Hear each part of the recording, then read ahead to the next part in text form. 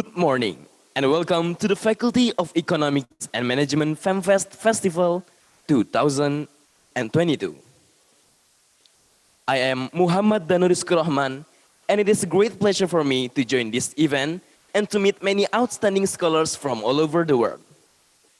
As the master of ceremony, allow me please to greet you all with the most beautiful greetings in the world. Bismillahirrahmanirrahim. Assalamualaikum warahmatullahi wabarakatuh.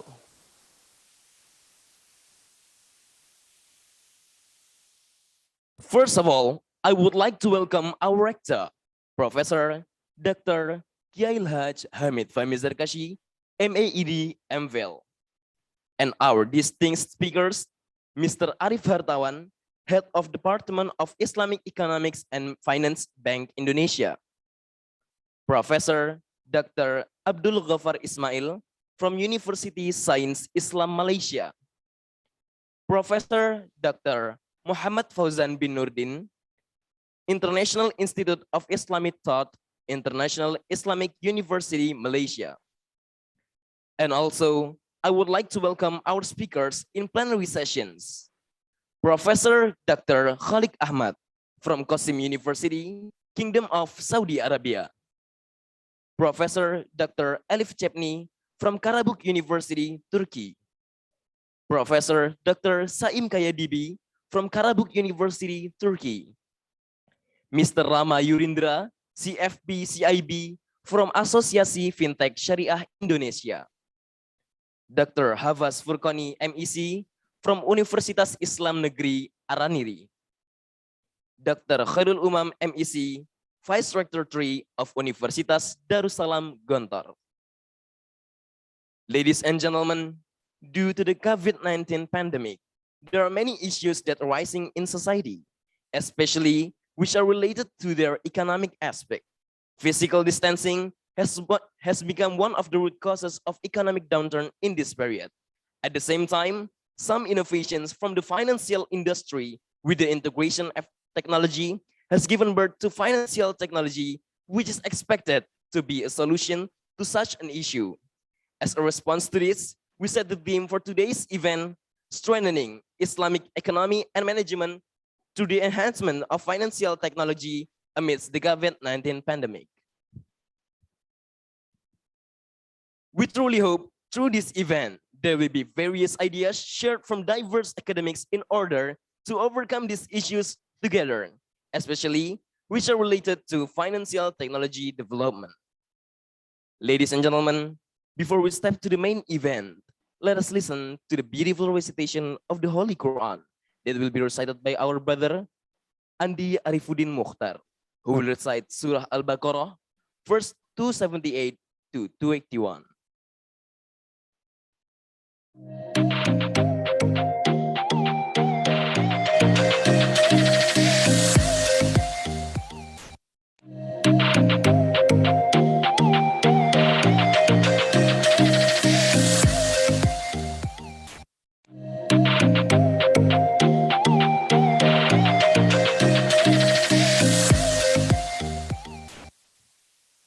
Assalamualaikum warahmatullahi wabarakatuh.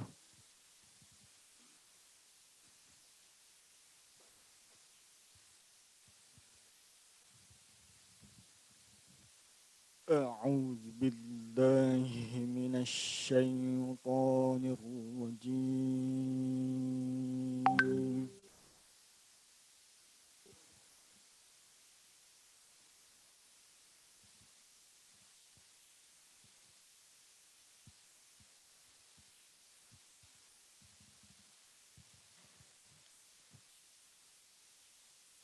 Bismillahirrahmanirrahim.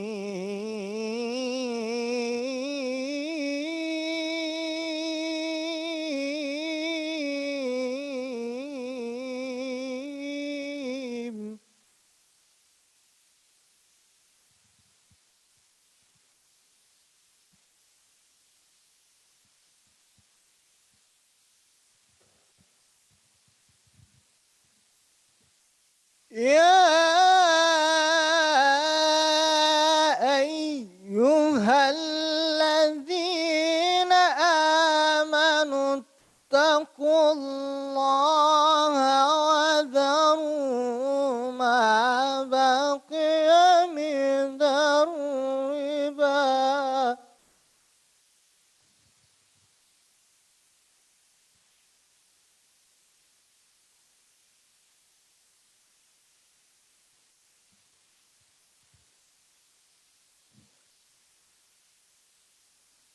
وذروا ما بقي من الربا إن كنتم مؤمنين.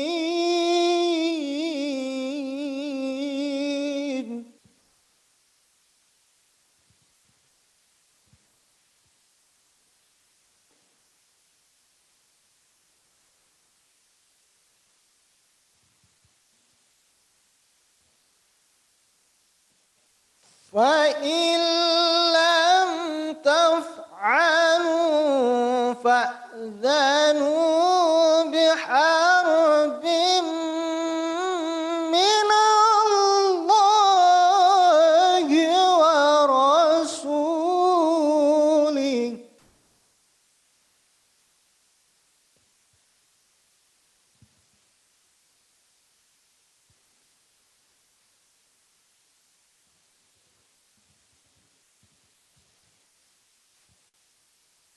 وإن تبتم فلكم رؤوس أموالكم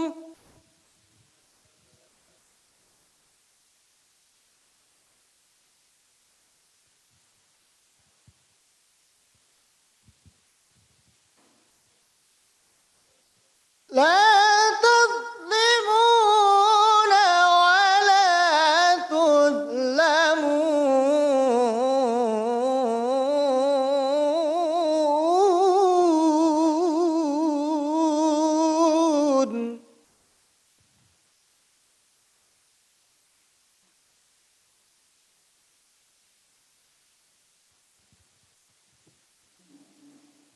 وإن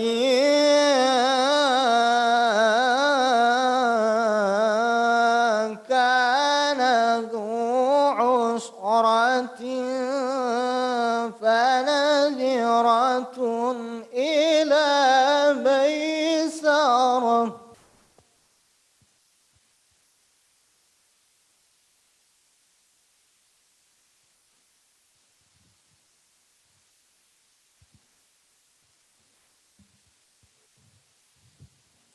وأن تصدقوا خير لكم إن كنتم تعلمون.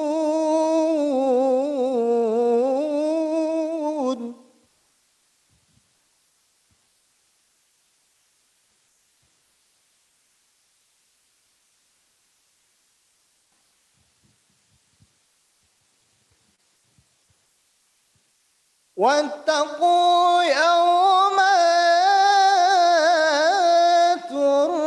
ترجعون فيه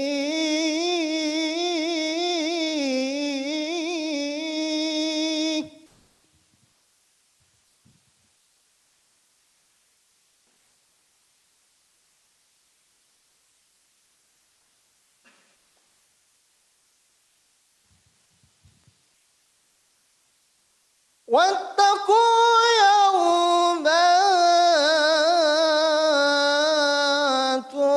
ترجعون فيه إلى الله.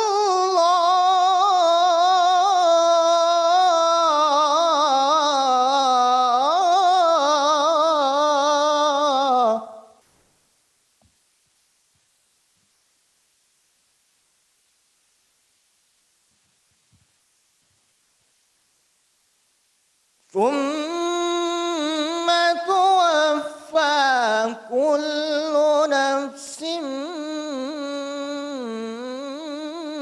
ما كسبت وهم لا يظلمون.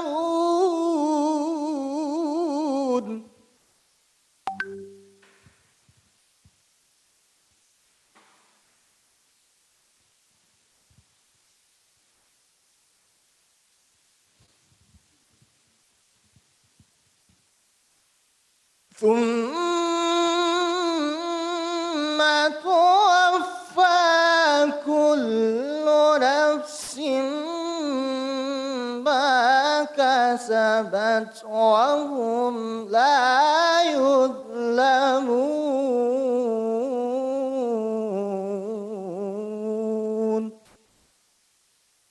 صدق الله العظيم.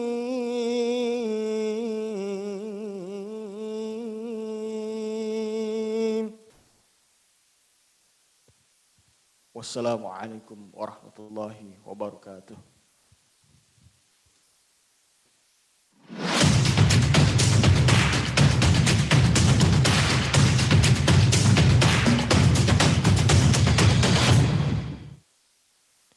Sadaqallahul Azim wa sadaqa rasuluhun nabiyul karim wa nahnu ala dhalika minasyahidin walhamdulillahi rabbil alamin.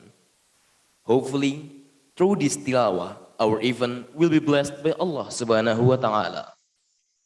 Ladies and gentlemen, let us sing together the national anthem Indonesia Raya.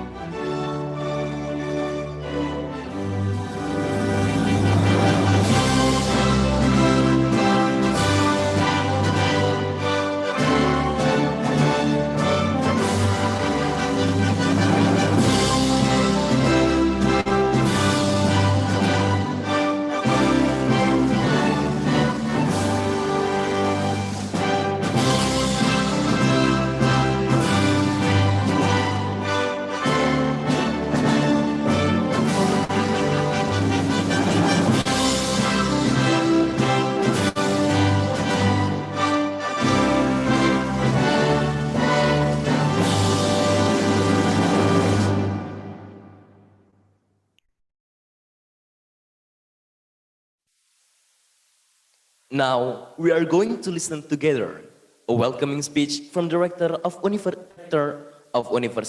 Darussalam Gontor, Professor Dr. Kiai Haj Hamid Fahmi Zarkashi, MAED MPhil. Ladies and gentlemen, let's welcome him with the great amusement.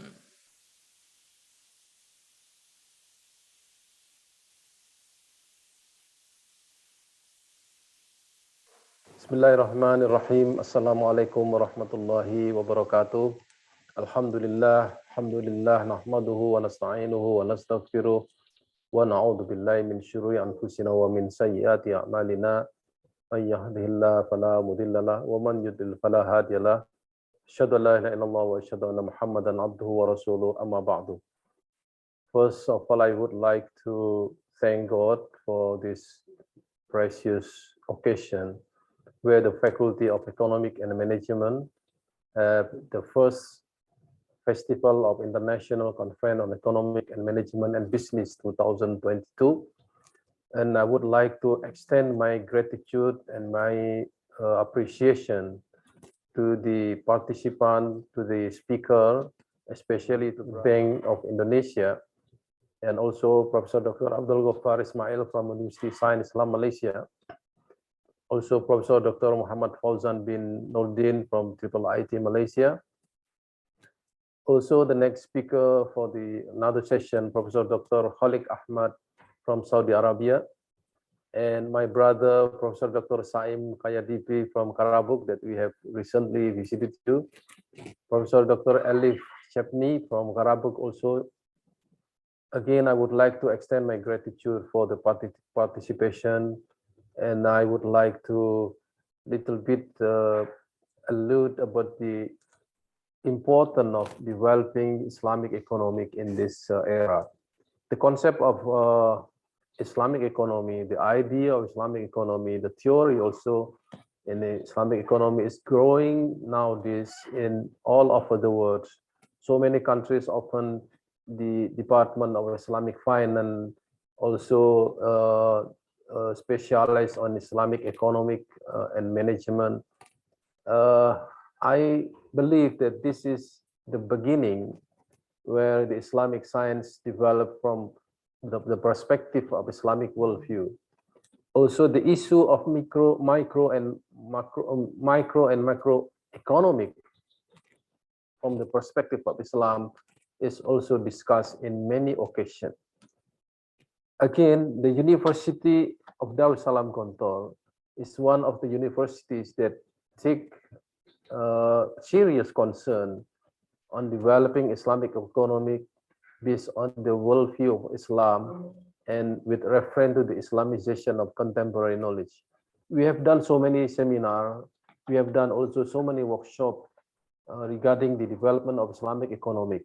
And today, the topic is very important, strengthening the Islamic economic and management through financial technology enhancement amidst the COVID-19 pandemic. And this is very relevant for our discussion today. Again, I would like to appreciate, and I'm very grateful to all the participants, and hopefully this seminar will be very successful and fruitful for introducing, developing, and also for enhancement of the theories, the practice, the concept of Islamic economic in every walk of life. Thank you again. Wassalamualaikum warahmatullahi wabarakatuh.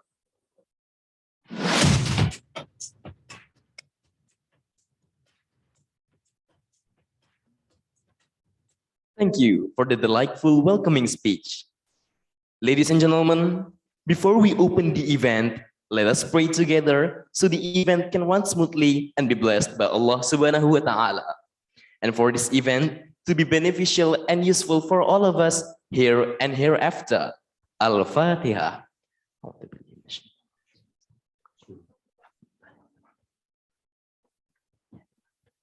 Yeah. Ladies and gentlemen, in opening this event, FEMFEST 5.0, let's count down together. 5, 4, 3, 2, 1.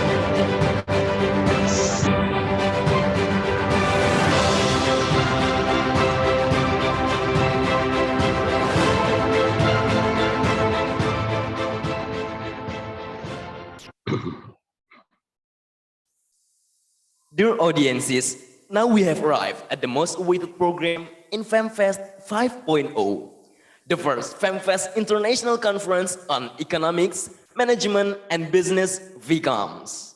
For your information, this conference consists of 4 important sessions that will be lasting in 3 days. For today's session, we will be having special speech from Central Bank of Indonesia and keynote speech right after my part, followed by plenary session 1 after the lunchtime. And on the next day, there will be presentation for all papers that has been accepted in this conference during parallel session 1 in the morning and parallel session 2 after the lunchtime. While for the last day, we will be having plenary session 2 and a closing ceremony for all the serial program at FEMFEST 5.0. Ladies and gentlemen, before we go to the keynote speech session, let us listen together a special speech from Central Bank of Indonesia that will be delivered by Mr. Arif Hartawan, MA. Before welcoming him, allow me please to read a brief about his curriculum vitae. Mr. Arif Hartawan obtained his bachelor degree in economics at Lampung University and his master degree in arts at Center of Development Economics, Williams College, USA. He started his career as senior economist at Bank Indonesia Tokyo Representative Office in 2006 and has become the head of Sharia Economic and Finance Department from 2021 until the present day. Let us welcome him with a great applause.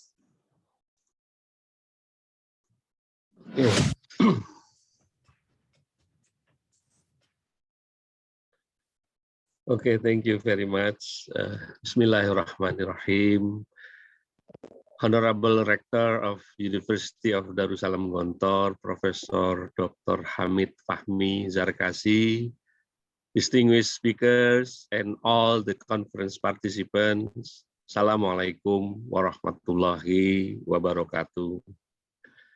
Let me begin by praising Allah Subhanahu wa Ta'ala, God Almighty, for His blessing that we all could assemble here virtually at the first famous international conference on Islamic economics, management, and business. May peace and blessing always be upon our Prophet Muhammad SAW, who has brought us out of the dark ages into the light. It is a pleasure and honor for me to be here today among distinguished speakers and enthusiastic audience. I'm here in this very important conference on behalf of our Deputy Governors of Bank Indonesia, who regretfully cannot deliver his speech by himself due to other engagement. Please allow me to thank the University of Darussalam Gontor for organizing this significant conference and for providing excellent support to the program of Islamic economic and finance development. Against the backdrop of increasingly challenging economic environment due to COVID-19 pandemic, this conference is a strategic venue to enhance our common understanding and the situation that we are all currently facing with, and possibly to discuss some strategies how to get benefit from it in developing the Islamic economic and finance in Indonesia. This is relevant to the theme of this conference, namely strengthening Islamic economy and management through financial technology enhancement amidst the COVID-19 pandemic. Distinguished guests, ladies and gentlemen, allow me to start with the role of Islamic economic in the national economy recovery. As we all know, the development of Islamic economy and finance greatly contributes to the national economy. Apart from being the new source of economic growth and promoting financial system stability, the Islamic economy and finance also create a healthy and supportive social environment as reflected in Sharia principle with guarantee halal and goodness in the first place. The development of Islamic economy and finance sector shows its resilience during the pandemic time. In line with improvement in national business activities, Sharia business grew positively in the recovery phase. In October 2021, the growth of the leading sectors of the halal industry, namely halal food, Muslim fashion, and Muslim-friendly tourism, reached about 1.69% year-on-year. Meanwhile, Islamic banking finance show 7.86% year-on-year growth, with exceeding the national banking credit growth of 3.26% year-on-year. In 2021, the Indonesia Islamic finance industry was named a leading country in the development of global Islamic finance sector based on Islamic Finance Country Index from Global Islamic Finance Report.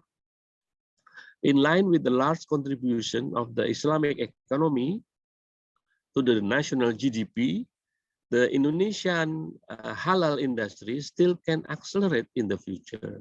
According to the State of the Global Islamic Economy Report 2020-2021, Indonesia ranking in the Islamic economic and financial ecosystem development has risen to 4th from 5th in the previous year. The leading sector of Indonesian halal industry, namely the modest fashion sector and the halal food sector, are ranked 3rd and 4th. Among others emerging countries in general, Indonesia has the opportunity to grow much faster since our country is continuing to do economic reform and provide strong synergy among authorities in order to recover from pandemic COVID-19, as well as to support the development of Islamic economic and finance in Indonesia.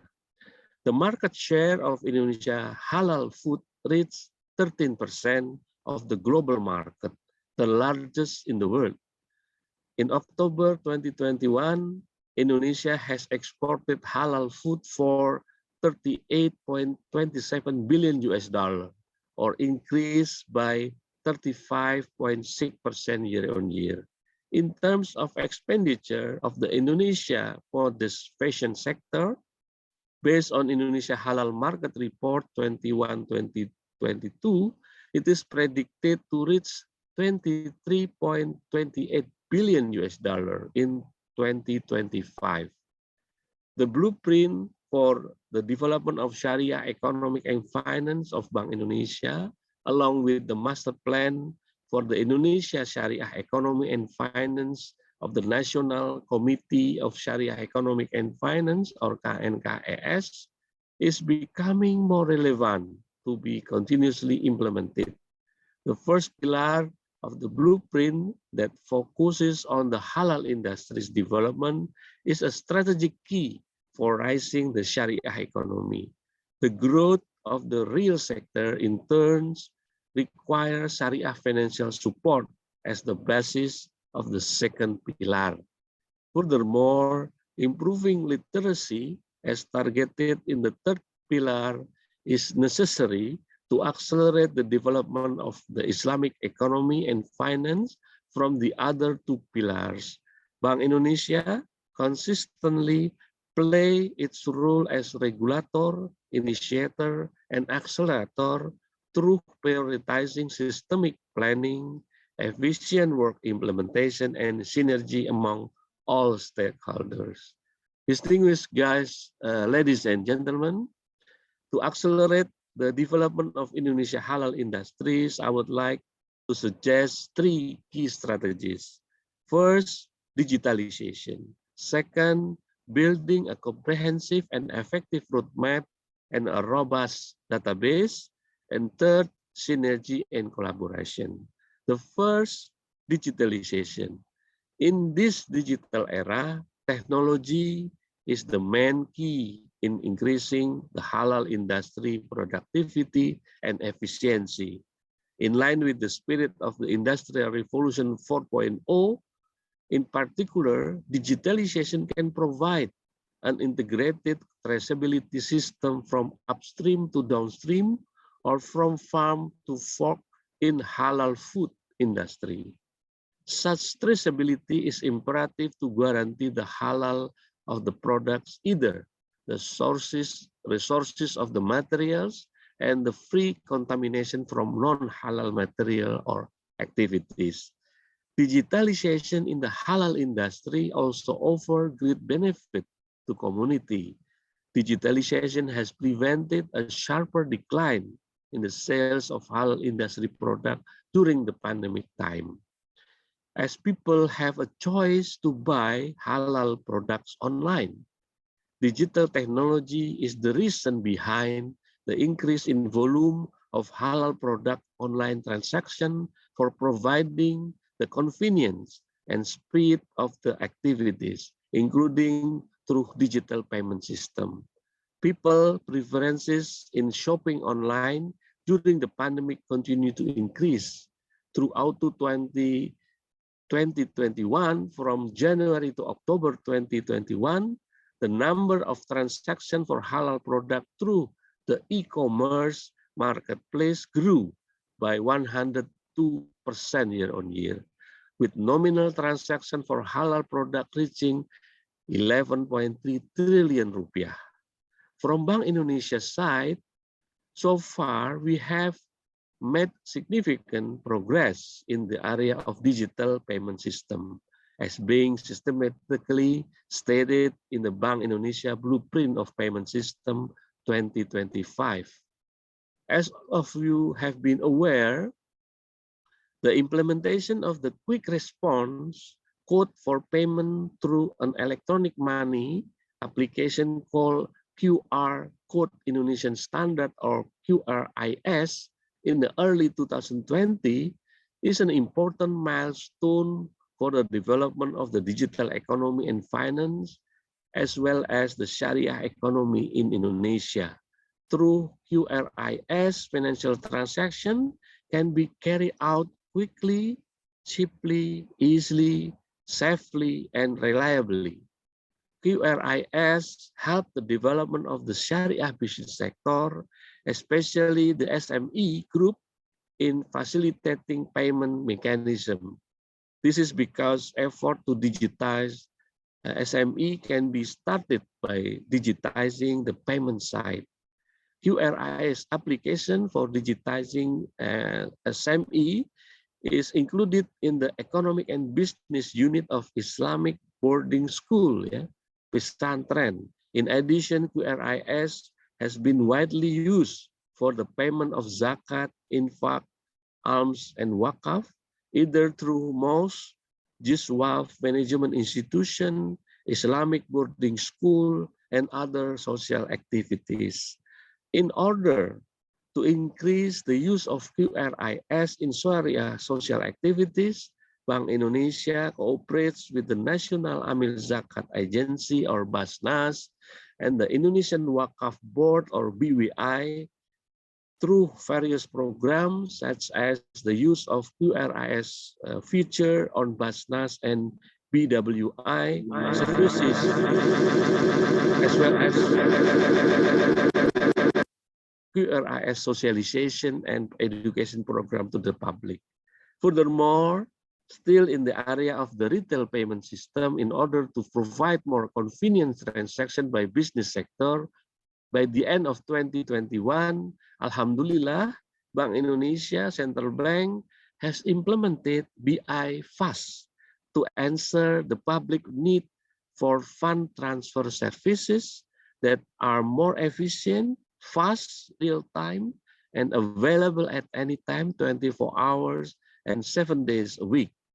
At the same time, Bank Indonesia also strengthening the information system infrastructure with implementation of open application programming interface, national standard or SNAP, in order to create a healthy, competitive, innovative payment system industry, promote integration, interconnection, interoperability, and security and reliability of payment system infrastructures. We expect that Sharia economy and finance in Indonesia could also benefit from improvement in digital payment system that has been developed in our country. Distinguished guests, ladies and gentlemen, the second strategy is the importance of an effective and comprehensive roadmap for the Indonesian halal industry supported by up-to-date information and robust data. We highly appreciate one of the Connects initiative, which is currently designing a roadmap for developing the Indonesia halal industry. The roadmap is very important as a guidance for all stakeholders in formulating policies, implementing programs, and monitoring the indicators of the halal industry development in Indonesia. We do hope the roadmap will become a milestone to make our step in harmony to reach the vision of Indonesia as the center of the global halal industry. The existence of up-to-date and robust data and information of Indonesia halal industry is a necessary condition for formulating future policies and investment decision of national and global investor in investing in Indonesian halal sector. Ladies and gentlemen, the last strategy is synergy and collaboration. We realize that the tremendous efforts and initiatives are ineffective if we don't involve all interested parties. Therefore, the synergy and cooperation among the government and authorities, Sharia business sectors, and the various elements of society, both at the central and regional level, are crucial to encourage the development of the Indonesian halal industry, because together we could achieve more. The synergy should be built upon the same spirit and vision to bring Indonesia halal industries as qualified global halal players. Alhamdulillah, we have strategic national forum for making an effective coordination in accelerating Sharia economic and finance development in Indonesia. Through the existence of National Sharia Economic and Financial Committee, chaired by the President of Republic Indonesia and Vice President as daily chair, involving key ministers and the governors of Bank Indonesia, inshallah, our dream to make Indonesia at the center of the world Sharia economy will soon come true. Distinguished guests, ladies and gentlemen, finally, please allow me to express my sincere appreciation and gratitude to Rector of University of Darussalam Gontor, Professor Dr. Hamid Fahmi Zarkasi, and honorable speakers to their willingness to share their expertise and knowledge for the better of Islamic economic and finance development in Indonesia. May Allah Almighty guiding us with strength and patience to fulfill our duty for a better future. Thank you very much, and I will wish you all a very success and fruitful deliberation in today and tomorrow conference. Wabillahi taufiq wal hidayah. Wassalamualaikum warahmatullahi wabarakatuh.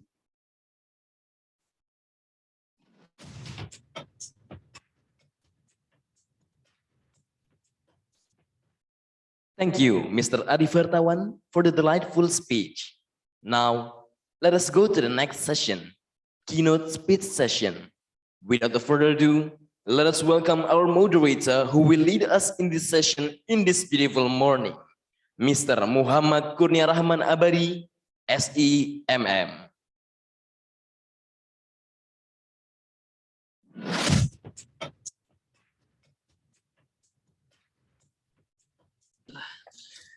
Bismillahirrahmanirrahim. Ladies and gentlemen, Assalamualaikum warahmatullahi wabarakatuh. Alhamdulillahi rabbil alamin wa bihi nasta'in ala umurid dunya waddin. Wassalatu wassalamu ala ashrafil anbiya'i wal mursalin sayyidina Muhammadin wa ala alihi wa ashabihi ajma'in. Amma ba'du. Ladies and gentlemen, first of all, let's thank to Allah, alhamdulillahi rabbil alamin, for giving us mercy and blessing, also health, as well as the great opportunity so we can attend and participate in this event. Inshallah, it is full of wisdom and knowledge. And ladies and gentlemen, let me introduce myself. I am Kurnia from Faculty of Economic and Management, University of Darussalam Gontor. Please allow me as a moderator and read briefly about curriculum vitae of our presenters today.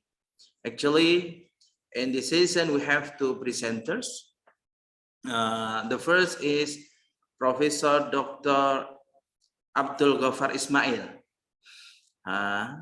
He is one of prominent scholar of Islamic economics who is very serious in exploring contemporary issue, contemporary research in Islamic economy, also in Islamic finance. He did a lot of important research.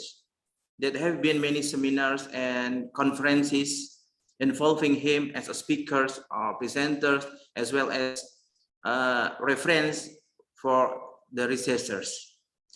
And he is now a lecturer on USIM, University Science Islam Malaysia. He has many research, and also he has some award or research grant. The first about Best Paper Award and National Book Award. Secondly, the next about international publication. There are many international publications that already published and researched by Professor Abdul Ghaffar. And the second presenter is Professor Dr. Fauzan Nurdin, received his PhD from the University of Wales, UK, and MBA from the Central Missouri State University, USA.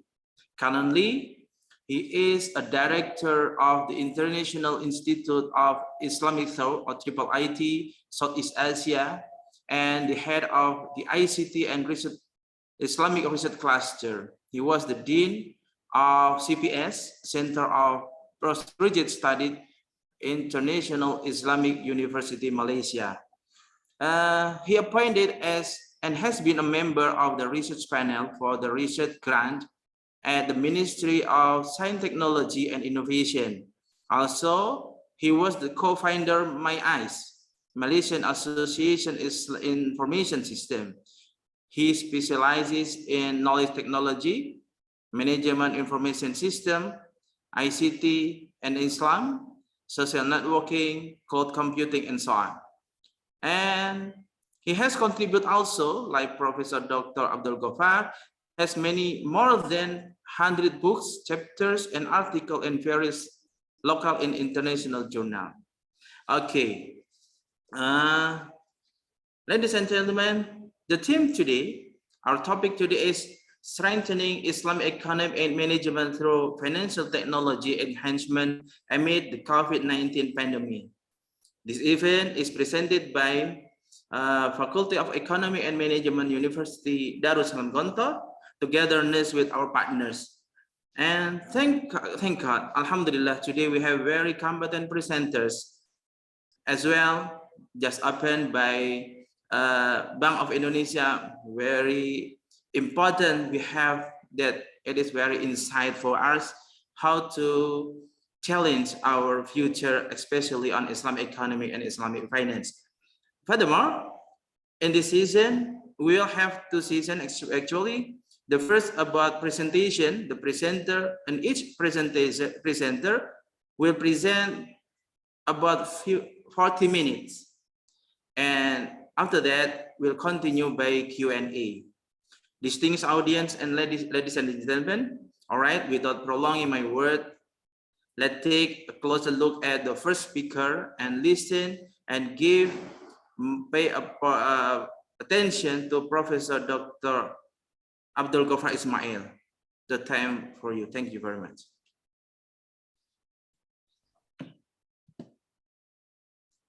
Assalamualaikum warahmatullahi wabarakatuh. Waalaikumsalam warahmatullahi. Alhamdulillah rabbil alamin wassalatu wassalamu ala asyrafil anbiya'i wal mursalin wa ala alihi wa sahbihi ajma'in. Rabbi shrah li sadri wa hlul 'uqdatam min lisani yafqahu qawli. First of all, I would like to thank to Mr. Salam Gontor for inviting me to share my ideas in this very important conference. And also thanks to His Excellency Professor Dr. Hamid Fahmi Zakarshi, my good friend, Rector of unida, and to Pak Arif Abdawan from the Bank Indonesia, fellow speakers, participants of this seminar. So may I share my slide? May I share my slide with that? Can you allow me to share my slide? Pak Kurnia? I cannot share my slide because Okay, wait, Prof. I'll call the technician. yeah. Can you ask the technician to Yes, wait a moment.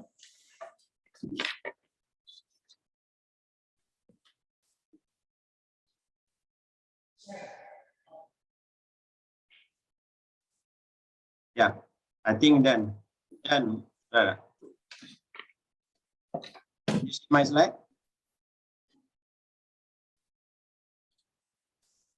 Pak Kurnia, can you see my slide? Yes, yes. Okay, thanks. Okay, so what I'm going to discuss today, and also some of the point that I will raise in this presentation, also have been raised by Pak Arif from the Bank Indonesia. Who today I will add some more on this several issues have been mentioned by Pak Arif on the digital economy in OIC member countries. So how do the countries react? Okay. So first of all, I think I would like to look into this, especially in our economy currently. One of the fundamental drivers is digital economy. Okay, we recognize that this is one of the main pillars to enhance our economy. We can do that through the digital economy. Okay, what we can define here, what is digital economy, is actually we use the latest technology to do what we already do. Okay, so what we already do, we can do it through the technology, and then we can do better. For example, today we organize a conference through the online conference. We use the latest technology. So previously we used the face-to-face, but now we can do our conference, and then we can invite many speakers from all over the world to the online seminar. Okay, we can do better in this perspective. Okay, what would be the result from this? What drivers economy? Okay, where we can see that we are more connected. Again, the people are more connected, organizations are more connected, and also the machine also are more connected. Okay, through different mechanism, through internet, mobile technology, or Internet of Things. So what we can see from this result is the higher economic activity. We are expected that higher economic activities will be there due to this technology. Okay. So the important question also mentioned by Pak Arif is how do economic agents react? Okay, how do we react? We as a consumers, we as a producers, okay, or we are the suppliers. How do we react? Okay, we want to react. How do we react? That how business are structured, how firms interact, okay, how consumers obtain services, information, and goods, okay, through this new technology, okay. And then moving forward, so how does a country react as one of the important economic agent? How the economic agent react to this digital economy, okay. But what we are supposed to have is this is an opportunity, okay. This digital economy as an opportunity for us to transform our economy, okay. So we are moving from IR 3.0, and we have IR 4.0. So can we transform our economy with this new development? Of course, we have the look at from the different perspective. Here is the what are the positive, what are the negative impact, and what are the policy that we can formulate in order to transform our economy. Okay. So if you look at what we have gone through, IR 1.0, maybe IR 2.0, IR 3.0, and then now we are moving towards IR 4.0. So normally we learn it through the learning process. Okay, strategy that we adopt is the strategy to adopt and later adapt. Okay, adopt and adapt. Okay, so sometimes the country adopt first. Okay, I mean the government adopt first, and then after that, the people or the consumers adapt later.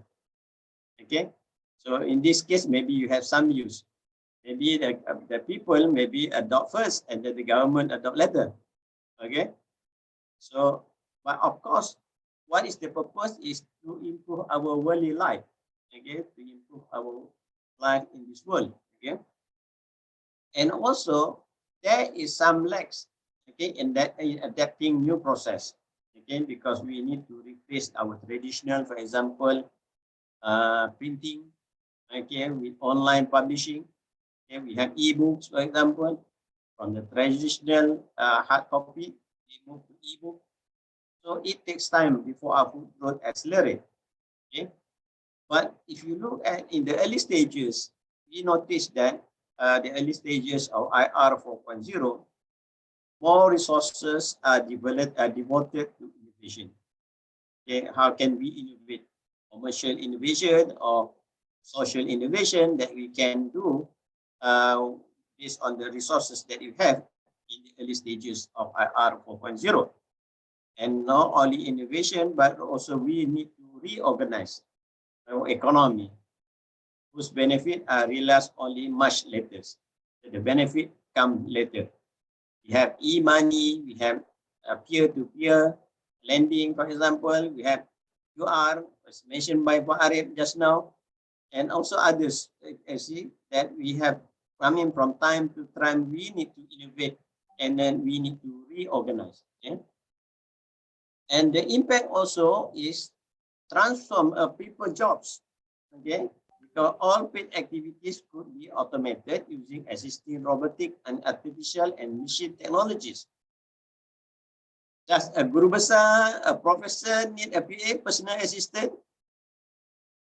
Okay, I'm sure that for a guru besar, there is no need to have a personal assistant. Okay, because he can do that through the internet. Okay, through the technology. Okay.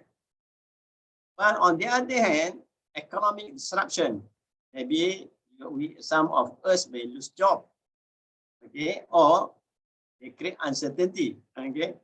For example, recently we discussed about whether the Bitcoin is a Sharia compliant instrument, okay. That is the issues, okay, which can fuel social anxiety about the futures, and of course with political consequences. Okay. Maybe the policy related to digital economy is not a popular policy, so that may create a political consequences on the people who manage the country. Okay, and what we can hear from here is I want to take notes that the current fear about job automation actually was mentioned by Keynes in 1930. Okay. Because due to the increasing technology, it may create unemployment unless we want to retool ourselves or we want to re-innovate ourselves. Okay. So the answer lie not only in denial, meaning that we cannot deny that we need to accept this new technology as and then we need to formulate a policy. Okay, the policy that that may maximize the benefit of the new technology, but also at the same time, it minimizes the inevitable short-run destruction, meaning that policy is to have the maslahah than the mafsadah. Okay, and then the key focus here is on policy that respond to organizational changes driven. Okay, how can we change our organization, and also we can change our on our thinking due to that digital revolution. Okay, so the second one is on the policy formulation. Okay, digital revolution is a global phenomenon. Okay, the phase of policy direction is actually need to be catered by the national or regional government. So meaning that it reflects, but due to the economic structure and also social preferences at the national or at regional level. So we need to come up with a policy that can cater the reaction of, or that can cater the need of the economic structure and also social preferences of any particular population in our country. Okay? And of course, revolution will clearly affect economies. Like for us, Indonesia and Malaysia, for example, you want to be known as an Islamic financial and also halal economic hub. Okay, so we may have a different approach in our policy reaction compared to countries like oil producers like Brunei, Kuwait, Qatar, and Saudi Arabia. And also, not only that, the policy response also need to look into the issues of inequality. Again, inequality rises with the widening of the gap in efficiency and market values. In firms with new business model and those who are not reorganized. Okay, because some firms or some market, they don't reorganize their structures or their organization, or they don't want to migrate to the technology. And the next one is about the education policy. School and universities should provide coming generation with the skill they need to work in the emerging economy. So meaning that the universities and the school also need to be innovative. Okay, to come up with a program or to come up with a research that can benefit the people and also benefit the countries in the new environment. And the next one is the competition policy. We need to reorganize our production, not only reorganize our production, but also we need to come up with a new technique. So in the new environment, so then we can compete other players or with other producers. Okay? But one important thing here is cooperation, policy formulation. When we formulate the policy in response to IR 4.0, so we need to have an cooperation at the international level. Okay, what is the role of MDB, Multilateral Development Bank, like Islamic Development Bank, World Bank, and also International Monetary Fund? Because this is the platform where this MDB provide a platform for addressing the challenges posed by the digital revolution. And also they suggest what would be the effective policy solution and what would be the outline for policy guideline. So they will come up with the guideline on the what would be the policy, what would be the policy solution, and what would be the challenges, what would be the opportunity would be addressed by this, because it is a grouping of member countries that work on the same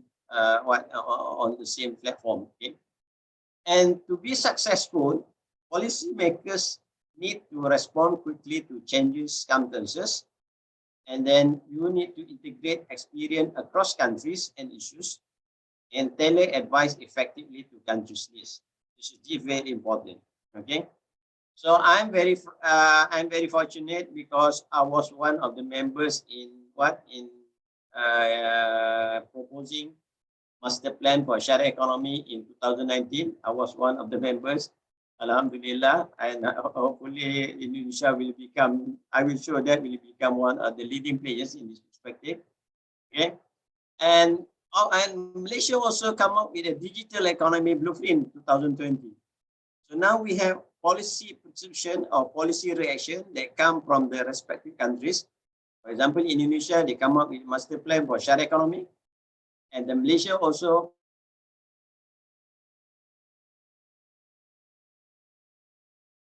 proposed digital economy blueprint 2020 IR 4.0. Okay, in order to support the digital economy. Okay. I'm sure that Arif are very very familiar with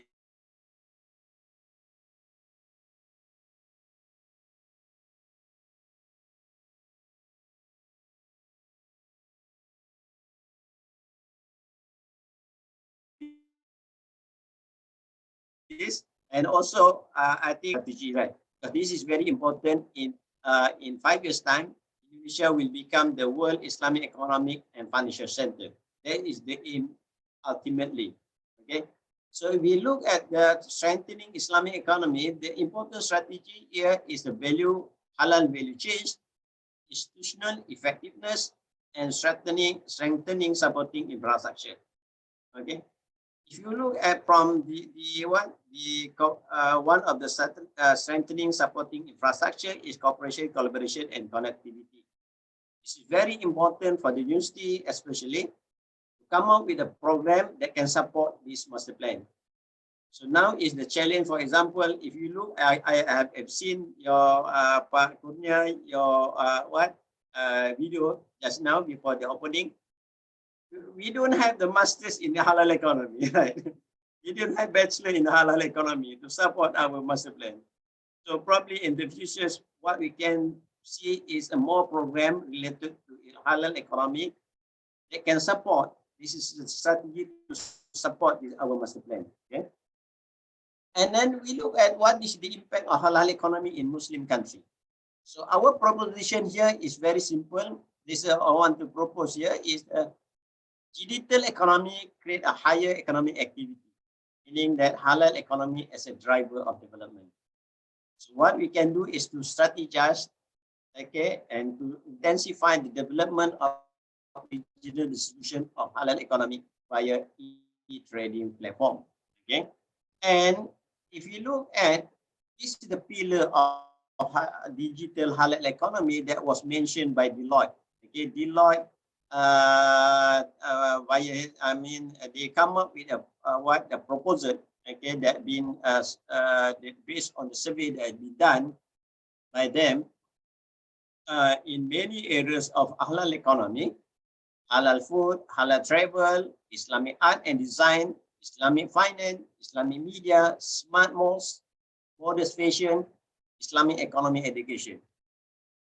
So it's mentioned by, for example, in halal economy. So been raised by Pak Arif just now about the tracking mechanism, about the transparency. Okay, how can we come up with a system that can trace and also trace the halal food? I mean the supply chain from A to Z. We know that from A to Z, it goes through the halal process. So it can do that via the technology. Okay. Also in halal travel, we see that we can book our travel, halal travel to our online booking, our rating, accreditation. Okay. So this is part of the technology that can be embedded in the halal travel. Okay.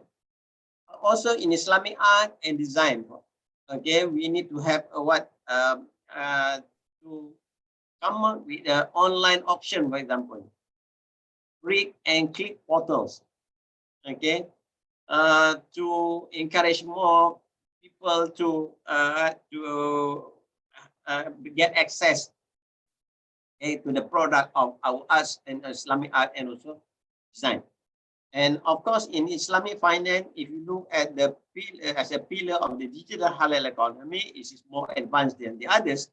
Okay, but again, as mentioned by Pak Arif, is about the low penetration, which is due to literacy.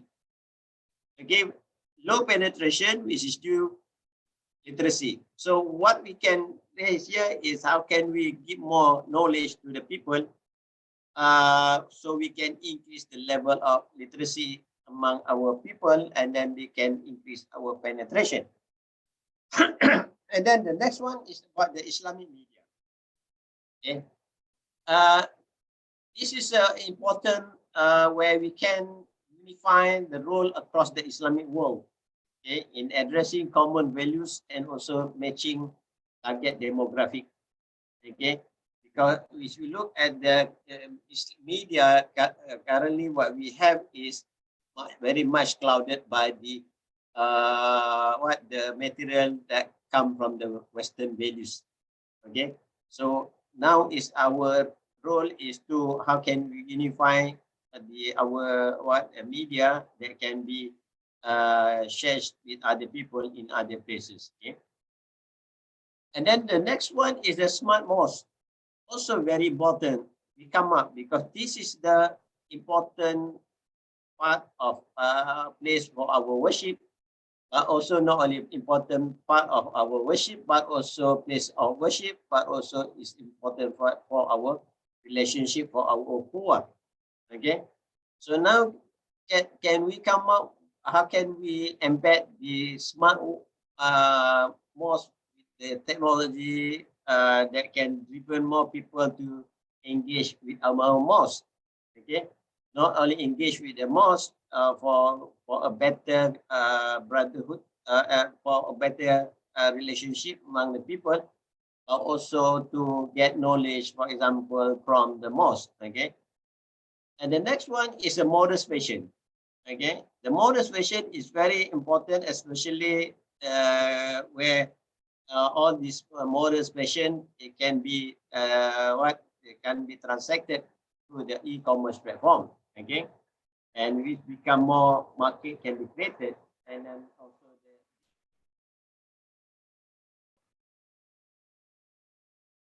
the last one is the Islamic economy efficient.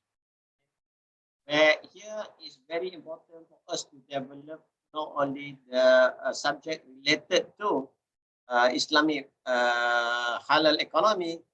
I'm sure that the halal Islamic finance program has been there, and then you can learn that through online. But also new courses or new subject can be offered to the people or to the people who are interested to learn about the halal economy, and then it can be done through the online, okay, through the IR 4.0. Okay. So now we see that the impact on halal economy in Muslim country, it can be done through this pillar. What are the pillars? The pillars of digital halal economy. Okay. So that from this pillar, what we can see here, what was the result? Okay. What was the result? That can we see that the role of digital halal economy, where it can create more economic activity. So what is the effect of that? And then I also had been mentioned by Farid just now about the ranking. Okay. Global Islamic Economy Indicator score in 2016, 2017. See that where is the position of Indonesia in 2016 and 2017. Okay. Okay. Pak Arif just now mentioned that in 2016, you can see that where is the position of Indonesia. Okay. Indonesia only appear in Islamic finance number 9. Okay. And then you look at the other area. Indonesia is the position of number 8 in halal pharmaceutical and cosmetic. So meaning that Indonesia only appear in 2 areas in Islamic economy, in Islam halal economy. Okay, in Islamic finance and also in halal pharmaceutical and cosmetic. Okay, only appear among the top 10 in halal economy. Okay, the area of Islamic finance and also in halal pharmaceutical and cosmetic. And the position of Indonesia at that time, GI indicator score is 36. So now what happened after that? Meaning what would be the result of that? Because we introduced a policy. Okay, policy, what will be the reaction of the government? The reaction of the government in order to to enhance the halal economy. Okay, so in 2020, based on the country position in global Islamic economy 2020 to 2021, see that Indonesia, okay, mentioned by Farid just now, is number 4, right? Number four. And then you can see that Indonesia are everywhere, right? In the many parts appear in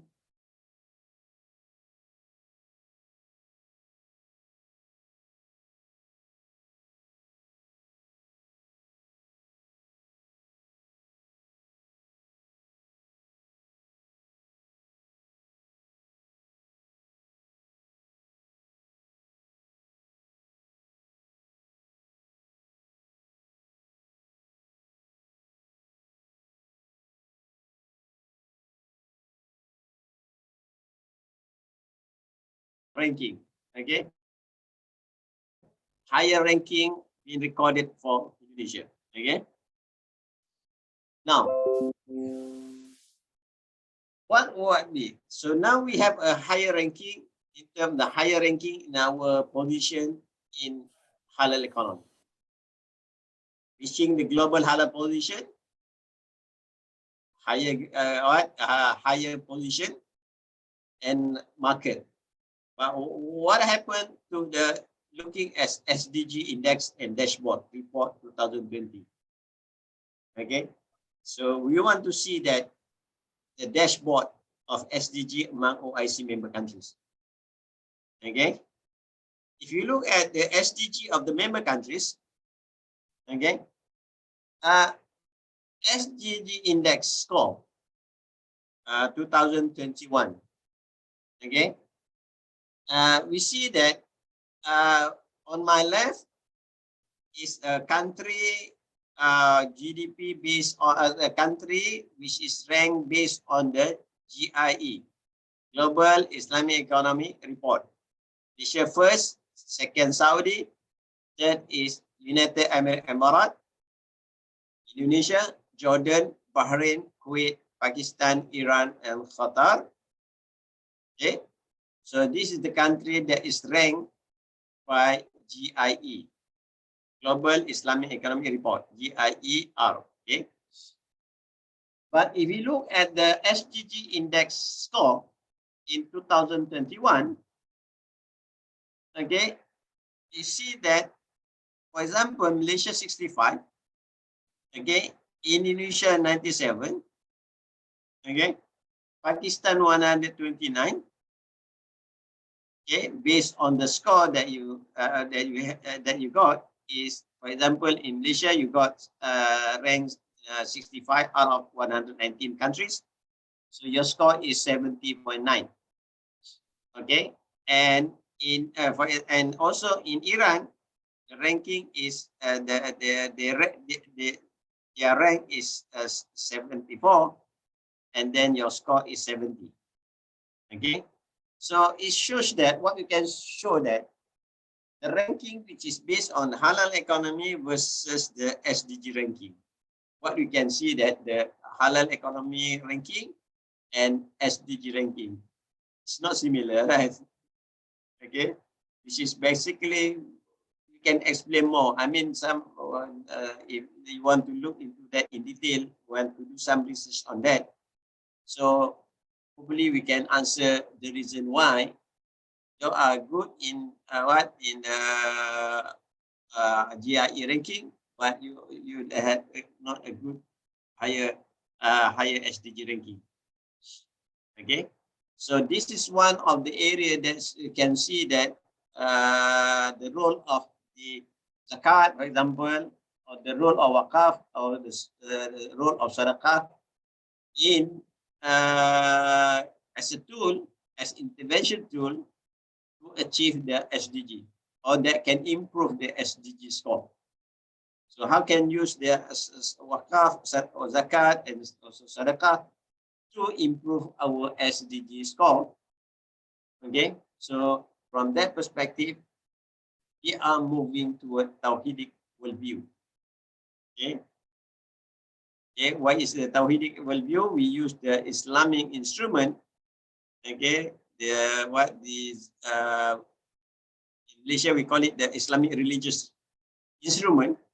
Okay, so we believe that this is what you call it as a Tawhidic worldview, not the UNDP worldview, where UNDP worldview look at the SDG index score as the objective of your economy.